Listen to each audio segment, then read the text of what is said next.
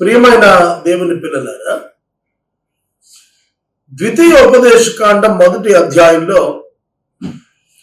దేవుడు మోషేతో మాట్లాడిన మాటలు 1వ అధ్యాయంలోనే మోషే తెలియజేశాడు. 6వ వచనం, మన దేవుడైన యెహోవా హోరేబులో మనకు ఇలాగ సెలవిచ్చాడు, ఇదిగో ఆ దేశమును మీకు అప్పగించితిని, మీరు వెళ్ళి నేను ప్రమాణం చేసిన దేశాన్ని స్వాధీనపరచుకోండి. దేవుడు మోషేతో మాట్లాడుతూ ఈ దేశాన్ని మీకు ఇచ్చేశాను, కనాను దేశాన్ని, మీరు వెళ్ళండి స్వాధీనం చేసుకోండి. ఇంకా వెళ్ళలేదు, ఇంకా యుద్ధాలు జరగలేదు, ఇంకా స్వాధీనం కాలేదు. కానీ దేవుడు ప్రకటించాడు, ఈ దేశాన్ని మీకు ఇచ్చాడు. బైబిల్ గ్రంథంలో మీరు చూసినట్లయితే అమోరీయులకు, ఎదోమీయులకు, మోయాబీయులకు ఎవరికి వారికే దేవుడు ఒక్కొక్క ప్రాంతాన్ని వారికి ఇచ్చినట్లుగా లేఖనంలో మనం చూస్తాం. ఎదోము ఇశ్రాయేలీయులకు దాయాదులే, అన్నదమ్ముల బిడ్డలే. కానీ వారి భూభాగంలోకి వెళ్ళొద్దన్నాడు, వారి మీద కత్తి ఎత్తొద్దన్నాడు. మోషే అలాగే వెనుకకు వచ్చేశాడు, ప్రక్కదారి నుండి వెళ్ళాడు. కారణం ఏంటి? దేవుడు ఎవరి భూభాగం వారికి ఏర్పాటు చేశాడు. కేవలం ఇశ్రాయేలీయులకే కనాను దేశాన్ని ఇవ్వటం కాదు, కేవలం ఇశ్రాయేలు వారికే కనాను దేశాన్ని ఇచ్చివేయటం కాదు, ఎవరికి వారికే. ద్వితీయోపదేశకాండం 2వ అధ్యాయం 5వ వచనంలో, ఎదోమీయులతో కలహపడవద్దు, ఏలయనగా శేయీరు మన్యం నేను వారికి ఇచ్చేశాను, వారికి ఇచ్చిన భూమిలో ఒక్క అడుగు కూడా మీకు ఇవ్వను, ఒక్క అడుగు కూడా మీకు ఇవ్వను అన్నాడు. అలాగే 9వ వచనం నుండి చూస్తే, మోయాబీయులను బాధించద్దు, లోతు సంతానానికి 6 దేశాన్ని స్వాస్థ్యంగా ఇచ్చాను, ఆ భూమిలో స్వాస్థ్యాన్ని నీకు నేను ఇవ్వను. మీకు అర్థమైందా?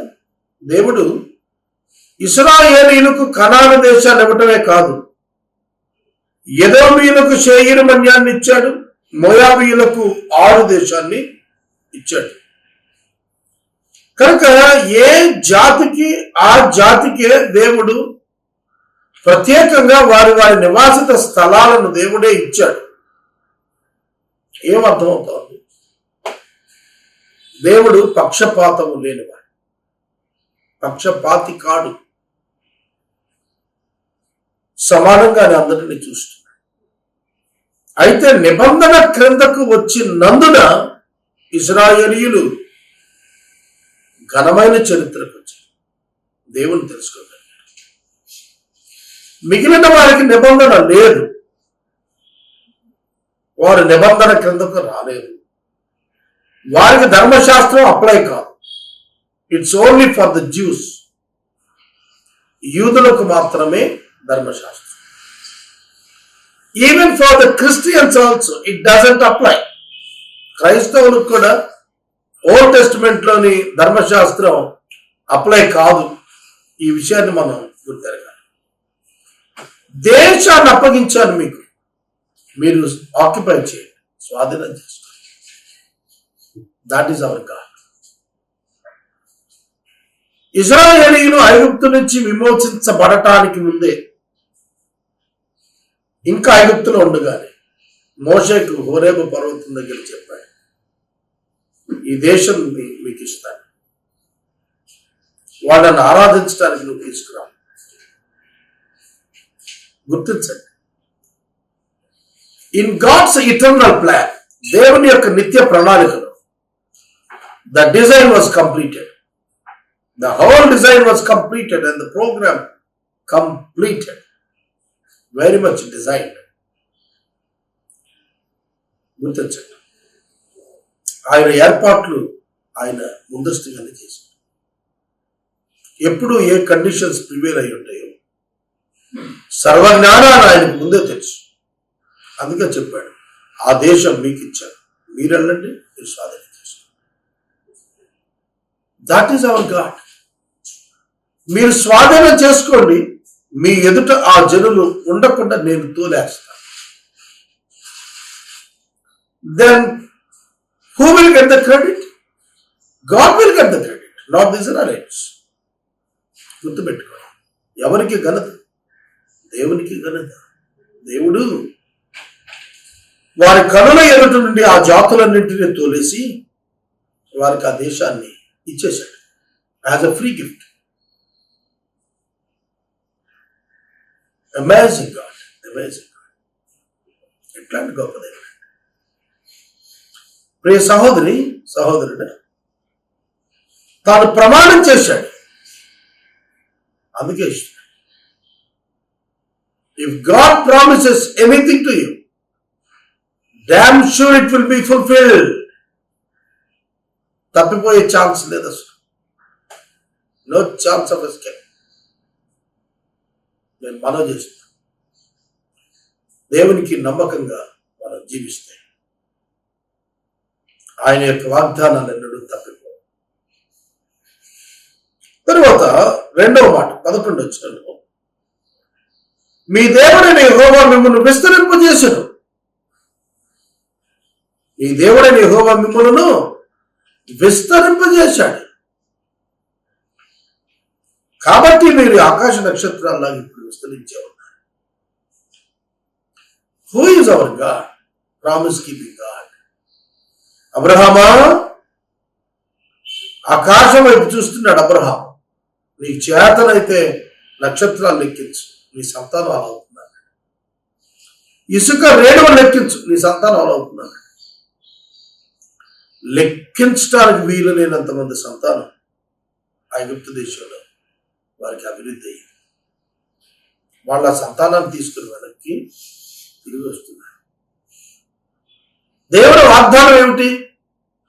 ఆకాశ నక్షత్రాలంతగా వర్ధల చేయటం. మోషే చెప్పేశాడు.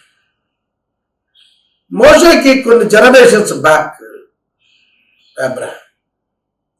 అబ్రహాముకు దేవుడు వాగ్దానం ఇచ్చాడు, ఆకాశ నక్షత్రాలంతగా నీ సంతానం ఆశీర్వదిస్తాడు. ఐగుప్తు నుంచి బయటకు వచ్చే లోపటే అది నెరవేరిపోయింది. ఆ గొప్ప సంఖ్య అణగద్రొక్కబడుతూ అభివృద్ధి చెందింది. Please note this. అణగద్రొక్కబడుతున్న కొలది అభివృద్ధి చెందినది. కారణము దేవుడు. దేవుడు ఈ మాట గుర్తుపెట్టుకోండి. The God of the Bible can bring up his children at the times of difficulties. శ్రమల్లో, కష్టాల్లో, వ్యతిరేకతల్లో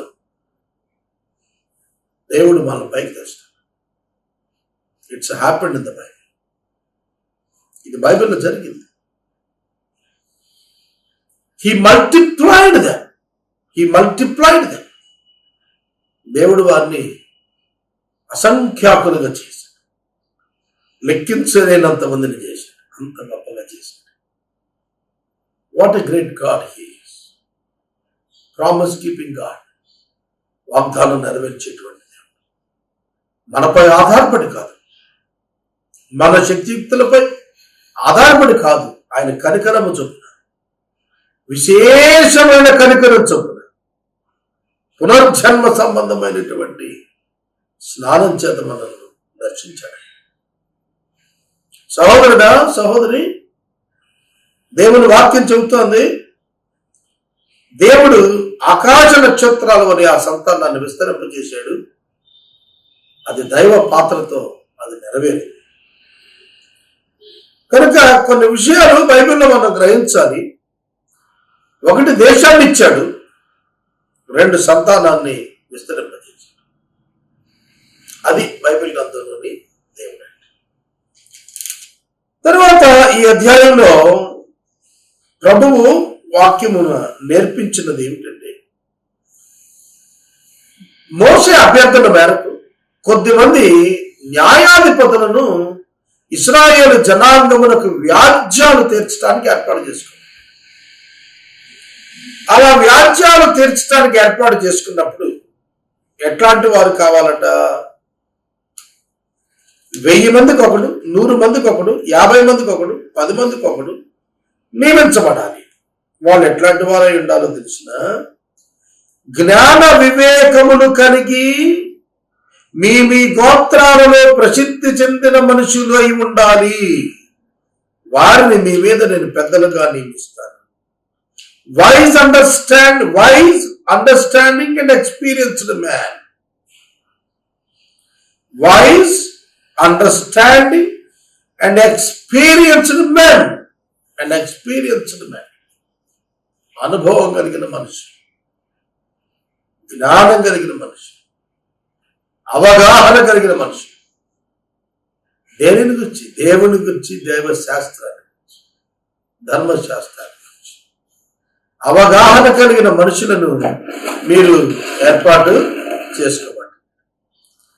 అలా ఏర్పాటు చేసుకుంటే నీ మీద ఉన్న భారాన్ని వారి మీద కూడా మోపుతాను కొంత. ఆ విధంగా ఒక గుంపు తయారు అయ్యారు. ఆ గుంపు వారు మోషేకు వారు సహకారులుగా ఉండేటట్లుగా దేవుడు వారిని ఏర్పాటు చేసుకున్నాడు.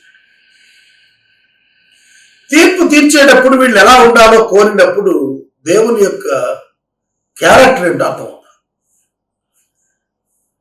ఈ జ్ఞానం కలిగినటువంటి న్యాయాధిపతులు తీర్పు తీర్చడానికి వచ్చినప్పుడు ఆ సంగతి అల్పుల సంగతి అయినా, గనుల సంగతి అయినా పక్షపాతం లేకుండా వినాలి.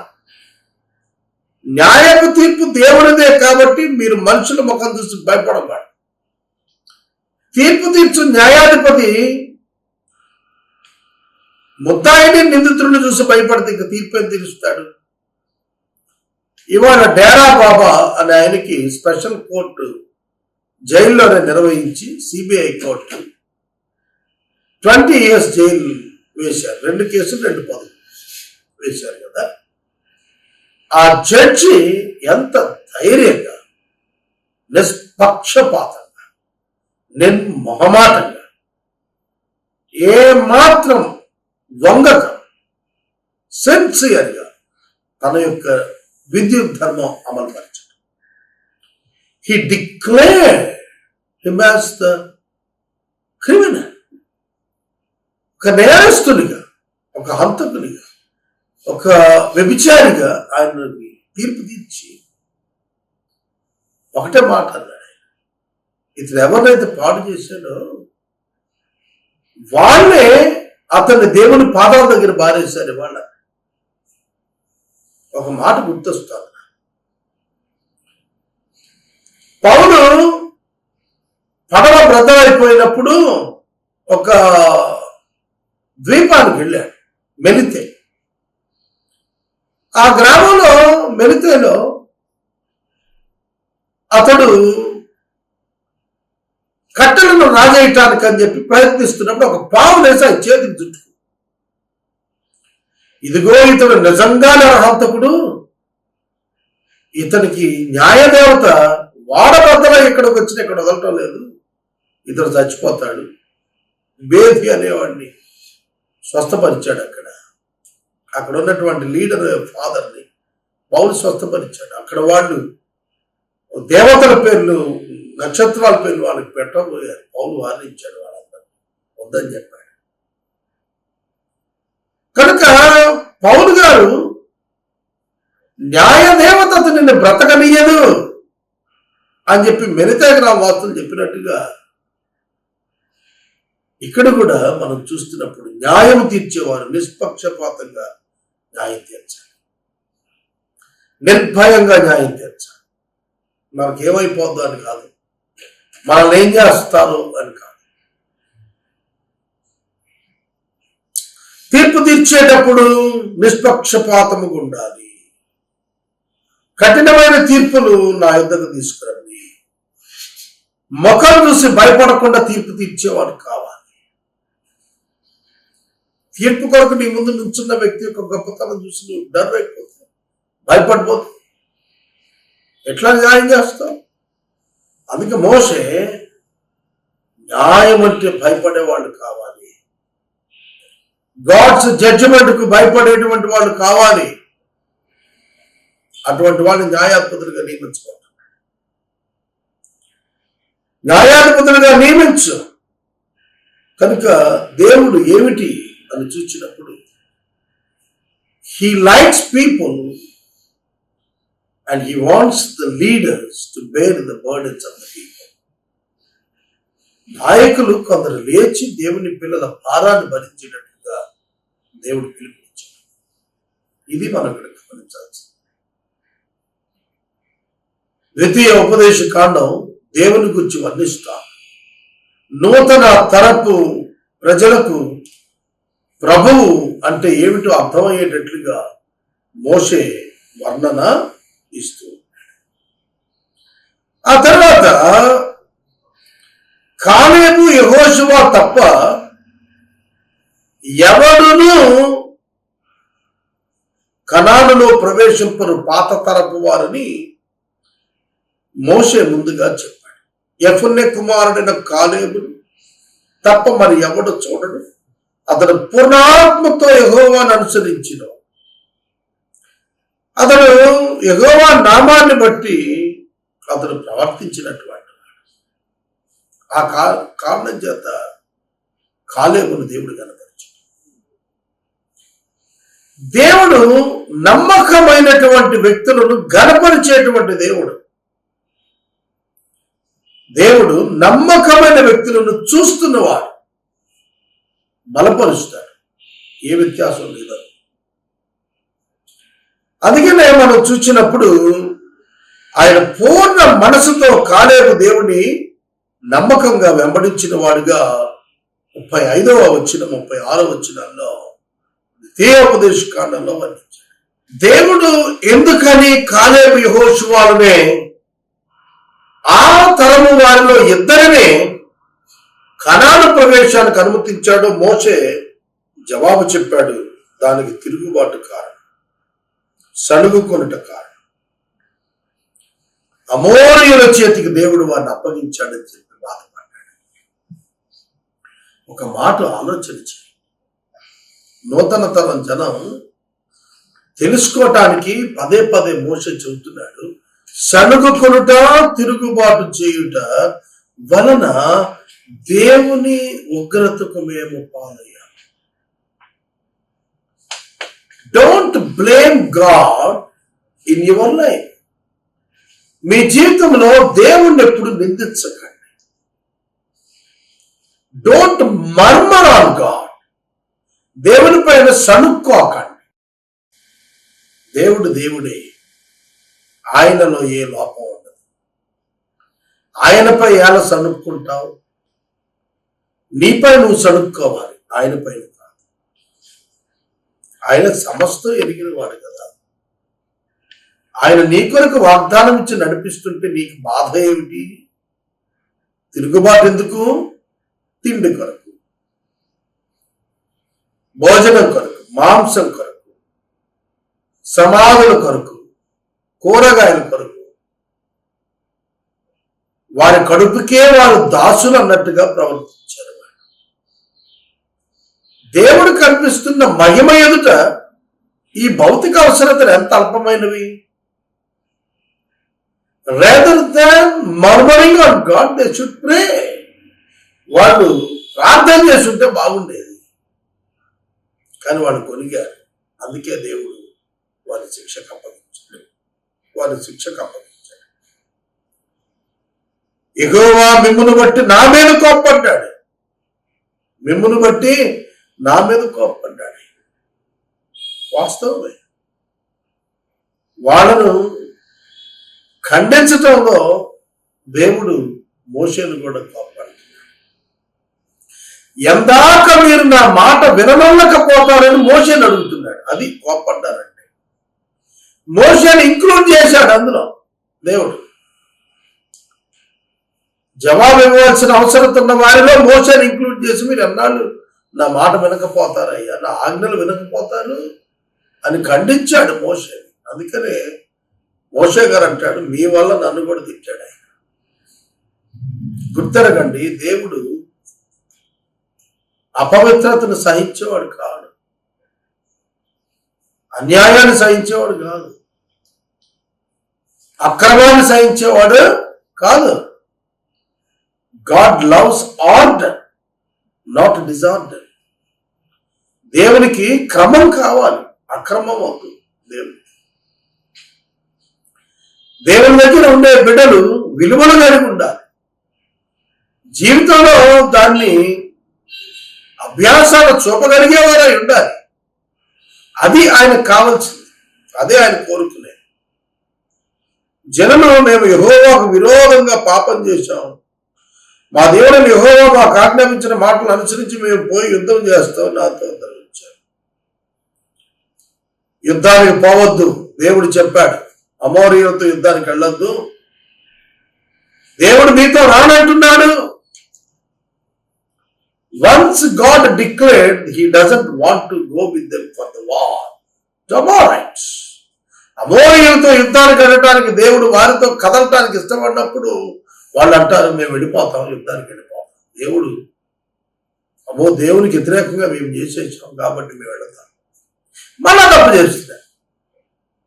తప్పు చేశారని తెలియచేయబడినప్పుడు సరి చేసుకోవాల్సింది పోయి మళ్ళీ ఇంకో తప్పే అడిగేస్తున్నారు. దేవుడు మీతో రాడయ్యా, మీరు వెళ్ళకండి యుద్ధానికంటే, వినకుండా పరిగెత్తుకుని యుద్ధానికి పోయారు.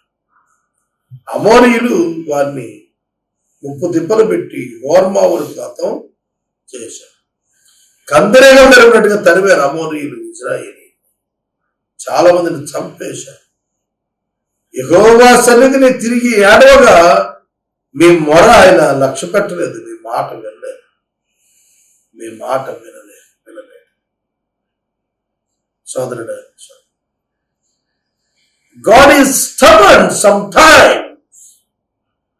కొన్ని సందర్భాల్లో ఆయన చాలా కఠినంగా అయ్యారు.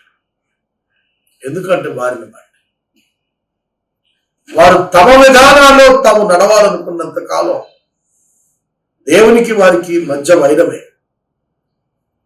తమ చిత్తం కాదు, దైవ విధానం నడవాలనుకుని ఎప్పుడైతే లోబడతారో అక్కడ ఆశీర్వాదపు జల్లు ప్రారంభం అయిపోతుంది. వాక్యం వింటున్న ప్రతి ఒక్కరు గుర్తెరగాలి, that is the God of the mind. దేవుడు మాట ఇస్తే నెరవేర్చేటువంటి, ఆయనకు అసాధ్యమైంది లేదు. కనుక నక్షత్రాల్లో విస్తరింపజేసింది ఆయనే, యుద్ధాలు జరిగించి స్వాధీనం చేసింది ఆయనే, వాగ్దానం చేసిన వాడు, నెరవేర్చేటువంటి వాడు ఆయన. నేను వాక్యాన్ని ముగిస్తున్నాను.